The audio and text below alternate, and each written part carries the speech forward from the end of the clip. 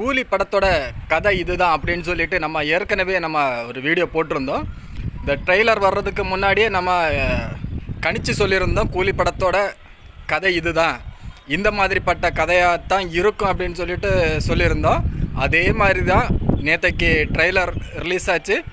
கூலி படத்தோட கதை கிட்டத்தட்ட ஒரு பழி வாங்கும் கதை. ஹார்பர்லேருந்து துரத்தி விடப்பட்ட ரஜினி பல ஆண்டுகளுக்கு பிறகு திரும்பவும் அதே ஹார்பருக்குள்ளே வந்து அந்த ஹார்பரை தன் கட்டுப்பாட்டுக்குள்ளே எடுக்கிற கதை தான். இதே கதையைத்தான் நம்மளும் சொல்லியிருந்தோம். நம்மளும் அந்த படத்தில் இது தங்கம் பற்றின கதை இல்லைன்னு சொல்லியிருந்தோம்.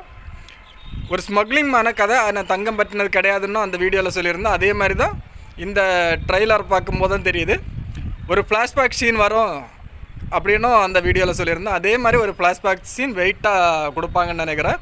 பழைய ரஜினியை, துள்ளலான ரஜினியை நம்ம பார்க்கலாம். ஆனால் நமக்கு இந்த படம் 1000 கோடி அடிக்குமா 1500 கோடி அடிக்குமா அப்படிங்கிறத விட்டுட்டு கண்டிப்பாக ஒரு 2.25 மணி நேரம் நல்ல என்டர்டெயின்மெண்ட்டாக இருக்கும் அப்படின்னு இந்த ட்ரெய்லர் பார்க்கும்போது தெரியுது. எப்படி விக்ரம் படத்தில் கமல் வந்து ஒரு பாதி படம் வரைக்கும் அமைதியாக இருந்தாரோ, அதே மாதிரி இந்த படத்துலேயும் ரஜினிகாந்த் வந்து கிட்டத்தட்ட ஒரு அரை மணி நேரம் 3/4 மணி நேரம் ரொம்ப அமைதியாக தான் காமிப்பாங்கன்னு ட்ரெய்லரை பார்க்கும்போது தெரியுது. ஏதோ ஒரு டேர்னிங் பாயிண்ட்லேருந்து தான் ரஜினியோட ஆக்ஷன் சீனெல்லாம் ஆரம்பிக்கும். ரஜினியோட ஆக்ஷன் சீன் ஆரம்பித்த அப்புறம் தான் ஃப்ளாஷ்பேக் கண்டிப்பாக வரும். ஃப்ளாஷ்பேக் மட்டும் வெயிட்டாக இருந்ததுன்னா படம் தாறுமாறாக இருக்கும், அதில் எந்த சந்தேகமும் கிடையாது. அமீர் கான் நேற்றுக்கு ட்ரெய்லர் வெளியிட்டு விழாக்கு அந்த கெட்டப்பெல்லாம் பார்க்கும்போது படத்தில் மனுஷன் பிச்சு உதறி இருப்பார் அப்படின்னு ஓப்பனாகவே நம்ம சொல்லலாம். ஏன்னா அமீர் கான் எல்லாம் ஒரு 1800 கோடி, தங்கல்னு ஒரு படத்தில் 1800 கோடி, இந்தியாவில் ஒரு படம் 1000 கோடி அடித்தது ஃபஸ்ட்டு அமீர் கான் படம் தான். அப்படிப்பட்ட அமீர் கான் ஒரு படத்தில் கேமியோ ரோலில் நடிக்கிறார் அப்படின்னு சொன்னால் கண்டிப்பாக அந்த கேமியோ ரோலுக்கு உண்டான வெயிட்டு இருக்கும்.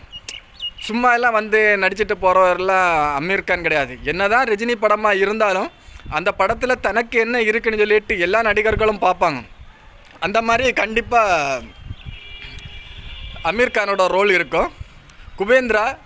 குபேந்திரா வந்து ஃப்ளாஷ்பேக் சீனில் தான் வருவார்னு நினைக்கிறேன். அந்த ட்ரெய்லரில் இந்த பழைய மாடல் பேருந்துகளையெல்லாம் காமிச்சாங்க.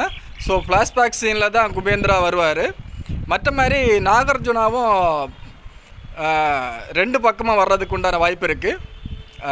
ஒரு ஃப்ளாஷ்பேக் சீனில் கடைசியில் வர்ற மாதிரியும் இந்த லைவ் சீனில் கிளைமேக்ஸில் வர மாதிரி இருக்கலாம், வாய்ப்புகள் நிறைய இருக்குது. ஆனால் ஃப்ளாஷ்பேக்கில் இன்னும் ஏதோ ஒரு சஸ்பென்ஸை வச்சுருக்காங்க. அந்த சஸ்பென்ஸ் தான் என்னன்னு தெரில. ஏன்னா நாகார்ஜுனாவோட ஒரு பல சீன்கள் எல்லாம் லீக் அவுட் ஆகிருந்து. அந்த லீக் அவுட் காட்சிகளெல்லாம் பார்க்கும்போது கண்டிப்பாக நாகார்ஜுனா ஃப்ளாஷ்பேக் சீனில் வர மாதிரி இல்லை. ஏன்னா அவரோட காஸ்டியூம் கெட்டப்பெல்லாம் லைவாக வர இதில் தான் இருந்துச்சு. ஃப்ளாஷ்பேக்கில் நாகார்ஜுனா வர்றதுக்கு வாய்ப்புகள் கிடையாது. ஆனால் ஃப்ளாஷ்பேக்கில் யார் வருவா, ஃப்ளாஷ்பேக்கில் ரஜினிக்கு என்ன நடந்துச்சு, ரஜினிக்கு உண்டான ஃப்ளாஷ்பேக் சீனில் வில்லன் யார், இது ஒரு மர்மமாக வச்சுருக்காங்க. எப்படி சூர்யாவை வந்து விக்ரமில் வந்து ஒரு மாசாக காமிச்சாங்களோ அதே மாதிரி ஃப்ளாஷ்பேக்கில் ஒரு வெயிட்டான வில்லனை காமிக்கிறதுக்கு உண்டான வாய்ப்பு இருக்குது. அது யாருன்னு கெஸ் பண்ணி தான் பார்க்கணும். அடுத்தடுத்து இவங்க ஒன்றும் விடுற மாதிரி தெரியல. லோகேஷ் ஏற்கனவே சொல்லிட்டாரு, ஒன்லி ட்ரெய்லர், அதுக்கப்புறம் டைரெக்டாக மூவி தான் அப்படின்னு சொல்லிட்டாரு. ஸோ ஃப்ளாஷ்பேக்கில் ஏதோ ஒன்று வெயிட்டாக இருக்குது. அந்த வெயிட் யாருன்னு நமக்கு தெரியலை. மற்றபடி இந்த படம் 1000 கோடி அடிக்குமா 2000 கோடி அடிக்குமான்னு உள்ளதை விட்டுட்டு இவங்க எல்லா ஸ்டேட்லேருந்தும் ஒவ்வொரு ஹீரோவை தூக்கி போட்டிருக்காங்க. சொல்லப்போனால் கேரளாவிலேருந்து ஒரு நடிகர், நாகார்ஜுனாவாக இருக்கட்டும், குபேந்திராவாக இருக்கட்டும், அமீர் கானாக இருக்கட்டும், இங்கே ரஜினிகாந்தாக இருக்கட்டும், சத்யராஜா இருக்கட்டும், ஸ்ருதிகாசனாக இருக்கட்டும், மோனிகா பாடல்களாக இருக்கட்டும். ஸோ இவங்க வந்து 1000 கோடிக்கு டார்கெட் பண்ணுறாங்க. ஆனால் கிடைக்கட்டும் அந்த மாதிரி உட்பட்ட ஒரு மனநிலைமையில் இருக்காங்க. பெருசாக எதிர்பார்ப்புகளை கிளப்பிட்டு படம் புஷ்ஷுன்னு போச்சுன்னா எல்லாரும் ரொம்ப வருத்தப்படுவாங்க. ஸோ அதனால் இந்த 1000 கோடியை விட்டுக்கிட்டு ரசிகர்களை திருப்திப்படுத்துமா அப்படிங்கிற ஒரு நினைப்பை வச்சுருக்காங்க. சன் பிக்சர்ஸ் சொல்லவே வேணாம், இவங்க விளம்பரத்துக்குள்ளே விளம்பரம் போடுறவங்க. ஸோ இன்னும் ஒரு 10-12 நாட்கள் இருக்குது. இந்த 12 நாட்களும் சன் நெட்வொர்க்கு பார்த்துட்டிங்கன்னா 10 நிமிடங்களுக்கு ஒரு முறை கூலியோட ஏதாவது ஒரு சின்ன ஒரு பிட்டை பார்க்கலாம். ப்ரொமோஷனுக்கு ஒன்றும் குறவு இருக்காது. சன் நெட்வொர்க்கில் எங்கெங்கே பார்க்குறாங்களோ, அது இந்தியாவாக இருக்கட்டும், ஆல் ஓவர் வேர்ல்டாக இருக்கட்டும், இவங்க ப்ரொமோஷன் எனி தொலைக்காட்சி மூலமாட்டு பிச்சு உதற போகிறாங்க. பார்க்காதவங்களையும் பார்க்க வைக்கிற மாதிரிப்பட்ட சில பல பிட்டு சீன்களை எல்லாம் உள்ள சொருகி பார்க்க வச்சுருவாங்க. எப்படி இருந்தாலும் ரஜினியோட கேரியரில் இது ஒரு முக்கியமான படம் அப்படின்னு நம்ம ஓப்பனாகவே சொல்லலாம். காரணம் என்னென்னா, 75 வயது மனுஷன். அந்த ட்ரெய்லர் சண்டை காட்சிகள் எல்லாம் பார்க்கும்போது இவருக்கெல்லாம் 75 வயதா அப்படின்னு சொல்லிட்டு நமக்கே ஒரு நிமிஷம் கேட்க தோணுது. அவ்வளோ எனர்ஜி, அவ்வளோ ஆறா. பொறுத்திருந்து பார்ப்போம்.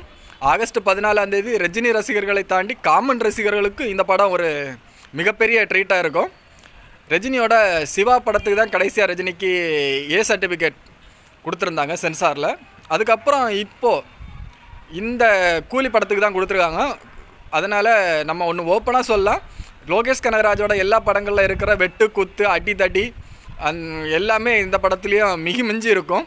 ஏன்னா ரஜினி படத்துக்கு ஒரு ஏ சர்டிஃபிகேட் கொடுக்குறாங்கன்னா கண்டிப்பாக ஆபாச காட்சிகள் இருக்காது. ஆபாச காட்சிகள் இல்லைன்னா கண்டிப்பாக ரத்தமும் சதையும் ஊறி போன படமாக தான் இருக்கும். ரத்தம் சிந்த போகுது திரை முழுக்க. பார்ப்போம் ஆகஸ்ட் 14 1000 கோடியா 1500 கோடியான்னு. என்ன இருந்தாலும் தென் தமிழகத்தில் இந்த படம் ஓடுறதுக்குண்டான வாய்ப்புகள் அதிகம். ஏன்னா ஒரு பக்கம் ரஜினி, தமிழ்நாடு கேரளாவுக்கு ரஜினி, நாகார்ஜுனாவுக்கு அவங்க இது, குபேந்திராவுக்கு அவங்களோட மாநிலம். வடக்க பார்த்திங்கன்னா அமீர்கான் இருக்கார். அமீர்கானை இவங்க சொன்ன மாதிரி எல்லா சீன்லேயும் பெருசு கொஞ்சம் நல்லா கரெக்டாக காமிச்சு ஃபஸ்ட்டு ஷோவில் அமீர்கானோட நடிப்பு பற்றி பாசிட்டிவான ரிவ்யூ வந்துச்சுன்னா வடக்குலேயும் இந்த படம் பிச்சுட்டு ஓடும். ஆல் ஓவர் இந்தியாவை தாண்டி வேர்ல்டு வைட் நம்ம சொல்ல வேண்டிய தேவையில்லை. ரஜினிக்குன்னு ஒரு தனி மாசு இருக்குது, தனி ரசிகர்கள் இருக்காங்க. அந்த இதை இந்த கூலி படம் தன்னால் எட்டி பிடிச்சிடும். அதனை பற்றி நம்ம வருத்தப்பட வேண்டிய அவசியம் இல்லை. ஹிந்திலேருந்து வார் படம் வருது, அதனால் கூலி படத்துக்கு தியேட்டர் கிடைக்குமா கிடைக்காதான்னு சொல்லிட்டு வருத்தப்பட வேண்டிய அவசியமே இல்லை. வார் படம் இறங்கினாலும் ரஜினிக்கு உண்டான இடம் ரஜினிக்கு எப்போவுமே இருக்கும். அதில் நம்ம மாற்று கருத்து கூற முடியாது. வேர்ல்டு வைடை பற்றி கவலைப்பட வேண்டிய அவசியம் இல்லை. நம்ம தென் இந்தியாவை பற்றியும் கவலைப்பட வேண்டியதில்லை. வட இந்தியாவை பொறுத்த வரைக்கும் அமீர்கானோட நடிப்பு பாசிட்டிவாக மட்டும் வெளியில் ரிலீஸ் ஆச்சு, பாசிட்டிவான விமர்சனங்கள் கிடச்சுன்னா வடக்கிலும் வார் படத்தை எல்லாம் தூக்கி சாப்பிட்டுட்டு போயிடும். பார்ப்போம், பொறுத்திருந்து பார்ப்போம். 1000 கோடியா 1500 கோடியா அப்படிங்கிறது நமக்கு தெரியலை. எப்படி பார்த்தாலும் கூலி ரஜினி ரசிகர்களும் காமன் ரசிகர்களுக்கும் மொத்தத்தில் ஒரு ட்ரீட் அமைய போகுது. பார்ப்போம், பொறுத்திருந்து.